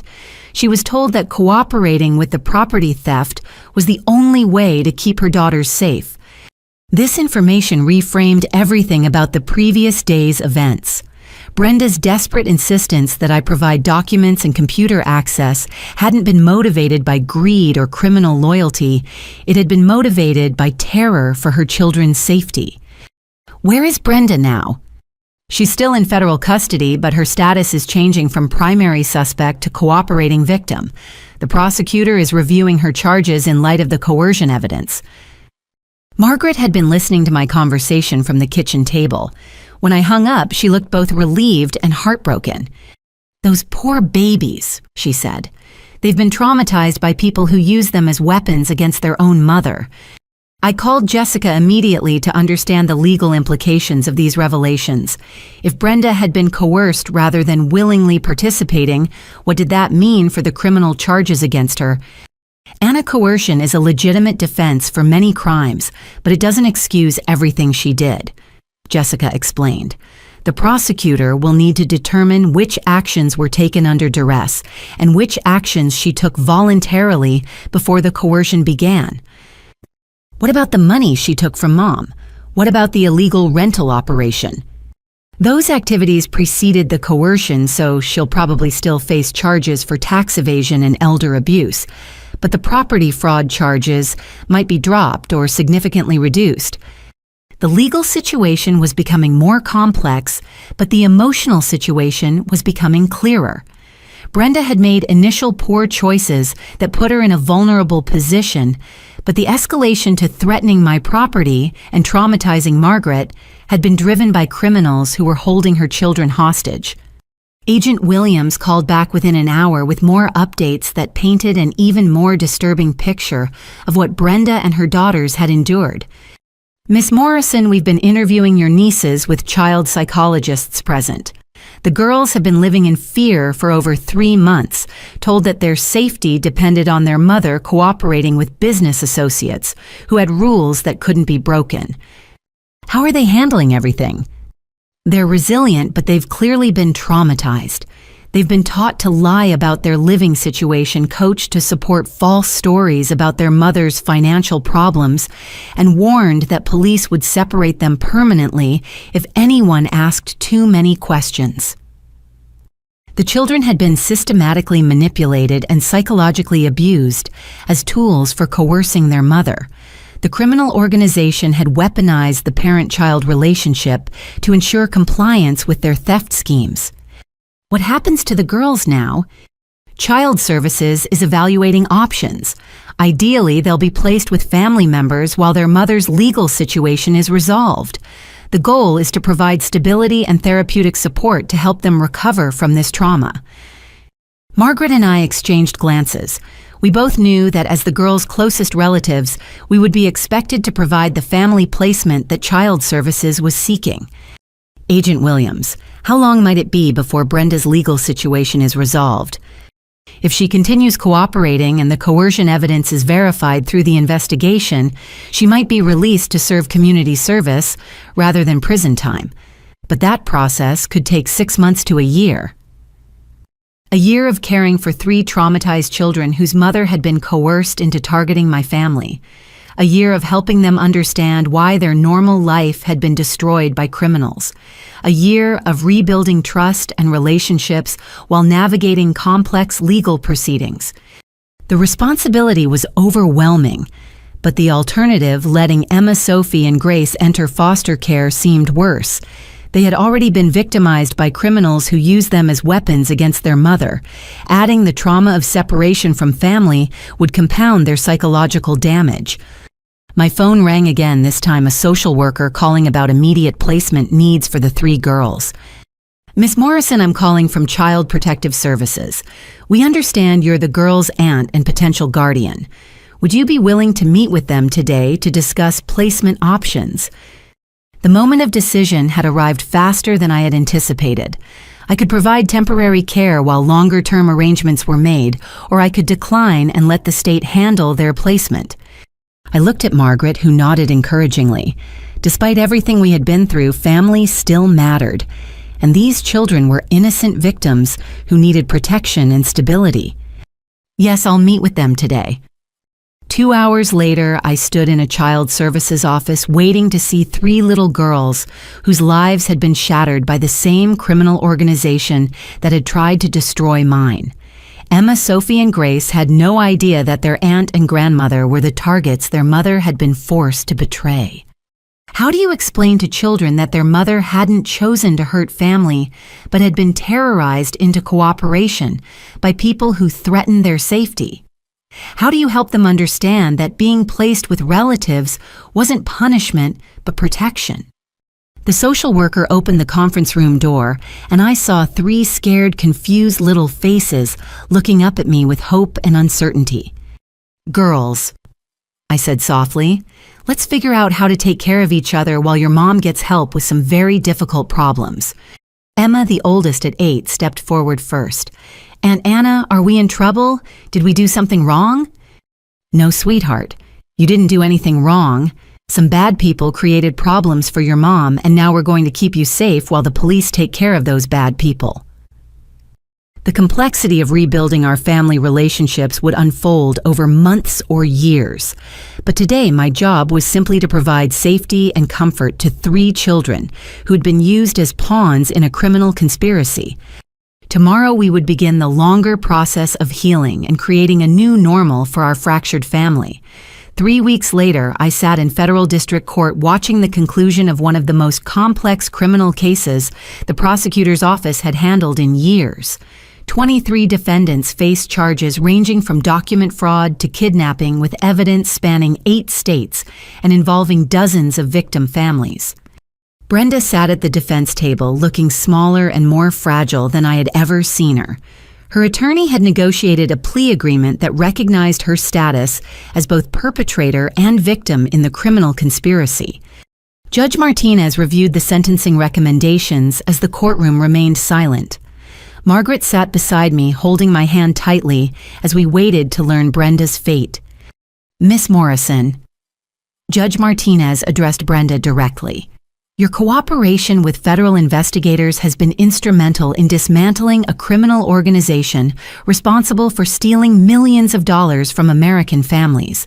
However, your initial choices to commit tax evasion and elder abuse created the vulnerability that allowed criminals to exploit you and your family. Brenda stood to receive her sentence, tears streaming down her face. Based on the cooperation agreement and evidence of coercion, this court sentences you to 2 years in federal prison, followed by 3 years of supervised probation. You will pay full restitution to all identified victims, including the $20,000 fraudulently obtained from your mother. 2 years. It seemed like both too much and too little too much, considering the coercion she had endured. Too little considering the trauma inflicted on our family and dozens of others. But the sentence also included provisions for supervised visitation with her daughters and mandatory participation in financial counseling and psychological therapy. The court recognized that Brenda needed rehabilitation as much as punishment. Judge Martinez continued with sentencing for the other defendants. The 3 men who had held Margaret and threatened her daughters received sentences ranging from 15 to 25 years. The corrupt notary who had facilitated document fraud across multiple states received 12 years. The government employees who had provided access to federal document systems received sentences between 8 and 15 years. Justice was being served for the criminal organization, but the personal healing for our family was just beginning. After the sentencing hearing, federal prosecutors briefed me on the broader impact of the investigation that had grown from my initial complaints about Brenda's activities. Ms. Morrison, your decision to investigate and report this criminal activity led to the recovery of over $4 million in stolen assets and the prevention of planned thefts targeting 60 additional families, prosecutor Sarah Johnson explained. The numbers were staggering. 60 families who would never know how close they had come to losing their homes and financial security because one woman had refused to accept her sister's lies and manipulation. What happens to the other victims who lost money to this organization? A federal victim compensation fund has been established using recovered assets. Most families will receive partial restitution, though full recovery isn't possible in all cases. Your mother will receive complete restitution of the $20,000 plus interest and damages. Margaret would recover her lost retirement savings, but the emotional impact of Brenda's betrayal would take much longer to heal. Outside the courthouse, Jessica provided updates on the civil legal actions that had been necessary to protect my property and finances. Anna, all fraudulent documents have been permanently removed from official records. We've also obtained court orders prohibiting anyone from filing similar false claims against your property in the future. What about my work situation? Any lasting damage there? Your employer has been incredibly supportive throughout this process. They've enhanced security procedures and are actually using your case as a training example for employees about protecting personal information from family members who might be compromised. The professional consequences had been minimal, but the personal consequences continued to evolve daily as I adjusted to life as guardian of 3 young girls while their mother served her prison sentence. Emma, Sophie, and Grace had moved into my house 6 weeks earlier, transforming my quiet, single-person home into a bustling family environment. Margaret had also moved in temporarily to help with childcare, while we all adjusted to the new arrangements. The girls were receiving therapy to help process the trauma they had experienced, and slowly they were beginning to understand that their mother's actions had been motivated by fear for their safety, rather than deliberate cruelty to family. Aunt Anna. Emma had asked me the previous week, when Mom comes home from prison, will our family be normal again? It was a question I couldn't answer definitively. Normal would never be the same as it had been before, but we were creating a new version of normal that prioritized honesty, security, and emotional healing. Brenda would serve her sentence and then face years of rebuilding relationships with her daughters and our family. Margaret would recover her financial losses, but continued working to restore her sense of trust and safety. And I would continue learning how to balance my desire for independence with the responsibilities of caring for family members who needed protection and support. The legal resolution provided closure for the criminal case, but the personal resolution would require years of continued effort from all of us. That evening, as I helped the girls with homework at my dining room table while Margaret prepared dinner in my kitchen, I reflected on how completely my life had been transformed by Brenda's choices and the criminal conspiracy that had targeted our family. My house had been saved, my finances were secure, and the criminals had been punished. But more importantly, 3 innocent children were safe and surrounded by family who would protect them while they healed from trauma that should never have been inflicted on them. The legal victory was satisfying, but the family healing was more meaningful than any court judgment could ever be. 6 months after the criminal trials concluded, I found myself sitting in a family therapy session with Margaret, Emma, Sophie, Grace, and via video conference from federal prison Brenda. Dr. Patricia Williams, a specialist in family trauma recovery, had been working with us to rebuild relationships damaged by crime and coercion. "Anna, how are you feeling about having direct communication with Brenda again?" Dr. Williams asked. I looked at the screen where my sister appeared in prison-issued clothing, looking healthier than she had in months, but still carrying the weight of everything that had happened. "It's complicated," I admitted. I understand that she was coerced and that her children were threatened, but I also can't forget the months of lies and manipulation that happened before the coercion began. Brenda's voice came through the speakers clearly. "Anna, I know I broke your trust long before those criminals threatened my daughters. The tax evasion, taking money from Mom under false pretenses, running the illegal rental operation. Those were choices I made because I was too proud to ask for legitimate help." Margaret spoke up from her chair beside me. "Brenda, I need you to understand how it felt to discover that you had been lying to me for years while I sacrificed my own security to help you.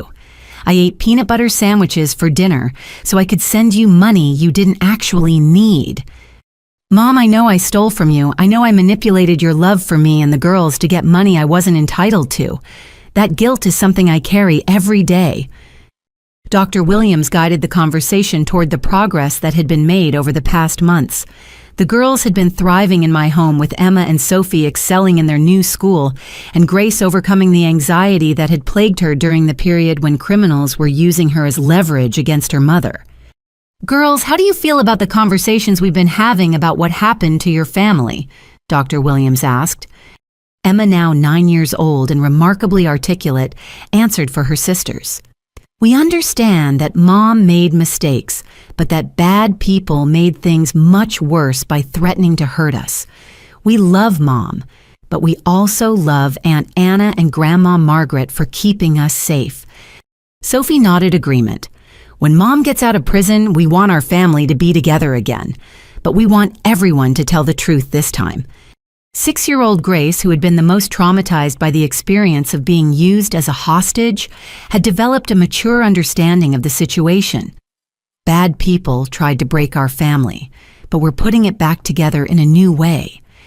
The children's resilience and wisdom continued to amaze me. Despite experiencing manipulation, coercion, and family separation, they had maintained their capacity for love and forgiveness while learning to value honesty and security. Brenda's voice cracked with emotion as she responded to her daughters. "I'm so proud of how strong and smart you girls are. When I come home, I want to earn your trust again by always telling the truth and making sure you're always safe." Dr. Williams shifted the conversation to practical planning for family reunification when Brenda was released from prison in 18 months. "Anna, you've been caring for the girls while maintaining your career and supporting Margaret's recovery. How sustainable is this arrangement long-term?" It was a question I had been wrestling with for months. Caring for 3 children had transformed every aspect of my life, from my daily schedule to my financial planning to my social relationships, but it had also brought unexpected joys and a sense of purpose I hadn't anticipated. "I want to continue being part of their daily lives even after Brenda is released," I said. "We've become a family unit that works well together, but I also want Brenda to be able to rebuild her relationship with her daughters without feeling like I'm interfering." Margaret had been quietly listening to our exchange, but now she spoke up with a suggestion that surprised everyone. "What if we formalized our new family structure? Anna has a big house with room for all of us. I can provide childcare and household support while Anna works. And when Brenda is released, she could live with us while she rebuilds her life and relationship with the girls." The proposal was both generous and practical. Margaret had found purpose and stability in helping care for her granddaughters. I had discovered that single-person independence was less fulfilling than family connection, and the girls thrived with the security of multiple adults who prioritized their welfare. "Mom, would you really want Brenda living in your house after everything she did to you?" I asked. "Anna, I've learned that holding on to anger hurts me more than it helps anything. Brenda made terrible choices, but she's also the mother of my granddaughters. If we can create a family structure that prioritizes the girls' welfare while allowing everyone to heal, that's what I want to do." Brenda was crying on the video screen. "I don't deserve that kind of generosity from either of you. But if you're willing to give me a chance to earn back your trust, I'll spend the rest of my life proving that I've learned from my mistakes." Dr. Williams facilitated a discussion about boundaries, expectations, and accountability that would be necessary for such an arrangement to work. Brenda would need to demonstrate consistent honesty, undergo continued financial counseling, and submit to oversight of her decision-making until trust was rebuilt. But the framework for family healing was emerging. Instead of returning to the dysfunctional patterns that had made Brenda vulnerable to criminal manipulation, we were creating new relationships based on transparency, mutual support, and shared commitment to the children's welfare. As the therapy session concluded, Emma asked a question that captured the essence of what we were trying to build. "Dr. Williams, when families get broken by bad things, can they become stronger when they fix themselves?" "Yes, Emma. Sometimes families that have been through difficulties together develop deeper trust and stronger bonds than families that have never faced challenges, but only if everyone commits to honesty, forgiveness, and putting the family's welfare above individual desires." Looking around the room at Margaret's determined face, the girls' hopeful expressions, and Brenda's tearful commitment to change, I realized that we were building something better than what we had lost. Our family had been targeted for destruction by criminals who weaponized our relationships against us. But we had survived the attack and were creating new bonds stronger than what had existed before. The healing process would continue for years, but the foundation for our rebuilt family was solid truth, accountability, forgiveness, and unconditional commitment to protecting each other. 1 year later, I stood in my backyard watching Emma, Sophie, and Grace play with the new swing set Margaret and I had installed for their birthdays. The sound of their laughter filled the space where I used to envision quiet evenings and solitary gardening projects. My life looked nothing like the independence-focused future I had planned when I bought this house, and I had never been happier. Brenda had been released from federal prison 2 months earlier and was living in the converted guest bedroom, working at a non-profit organization that helped families affected by financial fraud. Her parole conditions required supervised employment and continued financial counseling, but she had embraced both requirements as opportunities to rebuild her integrity. "Anna, dinner's ready." Margaret called from the kitchen where she had been preparing her famous pot roast for our Sunday family meal. As we gathered around the dining room table that now accommodated 6 people instead of 1, I reflected on the journey that had brought us to this moment. The criminal organization that had targeted our family had been completely dismantled. Federal investigations had expanded to uncover similar operations in 12 other states, leading to over 100 additional arrests and the recovery of stolen assets worth more than $50 million. My testimony at various trials had helped convict the leaders of the organization and establish legal precedents for prosecuting family-targeting financial fraud. The case had become a model for how law enforcement agencies identify and investigate these sophisticated criminal enterprises. But the legal victories, while satisfying, paled in comparison to the personal transformations that had occurred within our family. Margaret had recovered her financial security and discovered a renewed sense of purpose in helping raise her granddaughters. At 73, she was more active and engaged than she had been in years, volunteering at the girls' school and organizing community awareness events about elder financial fraud. Emma, Sophie, and Grace had not only recovered from their trauma, but had developed remarkable emotional intelligence and resilience. They understood the difference between mistakes and crimes, between accountability and punishment, between forgiveness and trust. and Brenda had transformed from someone who prioritized appearance over honesty into someone who valued transparency and family welfare above personal comfort. Her experience with criminal coercion had taught her that lies, even small ones, create vulnerabilities that can destroy everything you care about. Mom, tell us the story again about how you figured out the bad people were trying to steal our house, Sophie requested as we shared our meal. It had become a family tradition, not dwelling on the trauma, but celebrating the courage and intelligence that had protected our family from destruction. Well, I began settling into the familiar narrative. It started when I noticed that something didn't make sense about the story I was being told. When people you love ask you to make big decisions quickly without giving you time to think, that's a signal that something might be wrong. And you didn't get angry, you got curious, Emma added, having memorized her favorite part of the story. That's right. Instead of just reacting emotionally, I decided to investigate and gather facts. I learned that when something feels wrong, it probably is wrong, and you should trust your instincts while also verifying information. Grace, now 7 and remarkably wise, contributed her understanding of the lesson. And you learned that family means protecting each other, not lying to each other. Exactly. Real love doesn't ask people to sacrifice their security or safety. Real love wants everyone in the family to be safe and successful. Brenda had been quietly listening to our conversation, as she often did during these family storytelling sessions. Now she spoke up with the accountability that had become characteristic of her recovery process.